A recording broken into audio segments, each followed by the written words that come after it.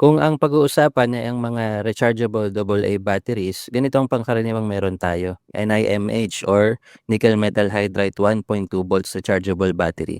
Karaniwang capacity niya nasa 2,500 milliamperes. Kaso ang problema dito, kailangan pang bumili ng special charger para sa kanya. Katulad nito, AA batteries charger, pwede siya sa NICD or NIMH, nickel cadmium or nickel metal hydride. Pero sa ngayon ay may bago ng lumabas na mas efficient at mas madali nang i-charge. Ito yung mga AA batteries na lithium-ion na katulad nitong CityOrc. 1.5 volts at ang capacity niya ay nasa 3,000 milliwatts hours. Meron na rin siyang Type-C port kaya pinadali na ang charging nito. Kahit charger ng cellphone pwede na, hindi mo na kailangang bumili ng special charger. Pag binili mo to, meron ng kasamang octopus cable. Dito mo na isasaksak yung 4 na batteries at kailangan mo na lang ng charging plug.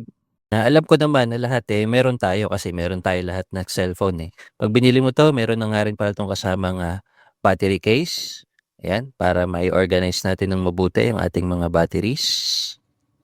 Pagdating naman sa pagcha-charge, ganito lang siyang gamitin.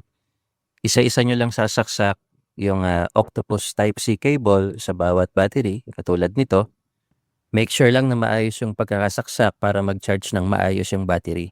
Mabilis nga lang palang mag-charge ang mga batteries na 'to. Every time na isasaksak ko sila, wala pang mga 30 minutes, puno na agad. Safe din naman itong iwan habang nagcha-charge kasi may built-in protection na siya sa loob. 'Pag sinaksak niyo siya, ganito yung itsura 'pag charging na. Magbi-blink yung mga green na ilaw at hihinto yan kapagka full charge na yung batteries.